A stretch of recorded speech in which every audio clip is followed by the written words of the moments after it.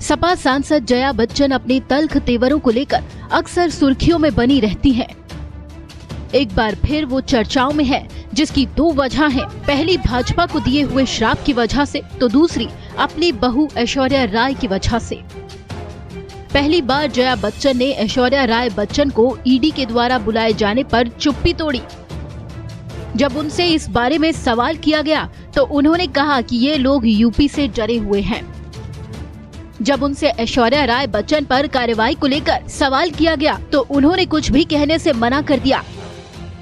हालांकि जब उनसे कहा गया कि कल शिवसेना सांसद संजय राउत ने बयान दिया था कि जया जी संसद में मुखर रहती हैं, इसलिए उनके बच्चों को परेशान किया जा रहा है। इस पर जया बच्चन ने कहा, अंग्रेजी में एक कहावत है, लड़खड़ाती हुई नाव से सबसे पहले कौन भागता है। यही हाल हो रहा है इनका, डरे हुए हैं यूपी से।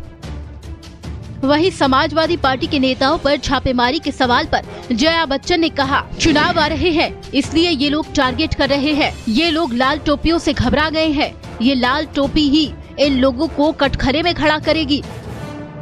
राज्यसभा के सांसदों के निलंबन पर भी जया बच्चन ने कहा कि इनमें 5 महिलाएं हैं, बाकी पुरुष हैं। इन लोगों ने ऐसा क्या कर दिया कि ये लोग 1 महीने से ठंड में बैठे हुए हैं। उन्होंने सरकार को घेरते हुए कहा कि जिन लोगों में मानवीय भावनाएं नहीं है, उन्हें सदन में बैठने का अधिकार भी नहीं है। बता दें कि जया बच्चन ने हाल ही में राज्यसभा में बीजेपी पर जमकर निशाना साधा। उन्होंने कहा कि आप लोगों के बुरे दिन बहुत जल्द आने वाले हैं। खासी नाराज दिख रही जया बच्चन ने कहा, मुझ पर निजी हमला किया गया। मैं आपको श्राप देती हूँ कि आप लोगों के बुरे दिन आएंगे।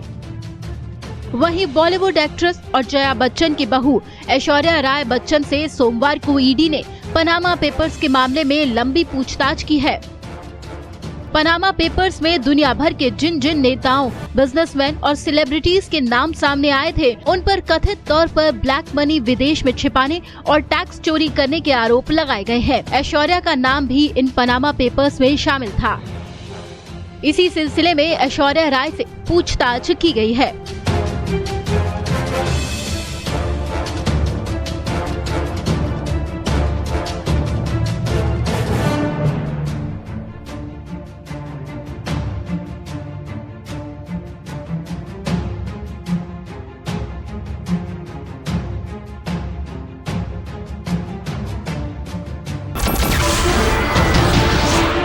नमस्कार, मैं हूं मानक गुप्ता।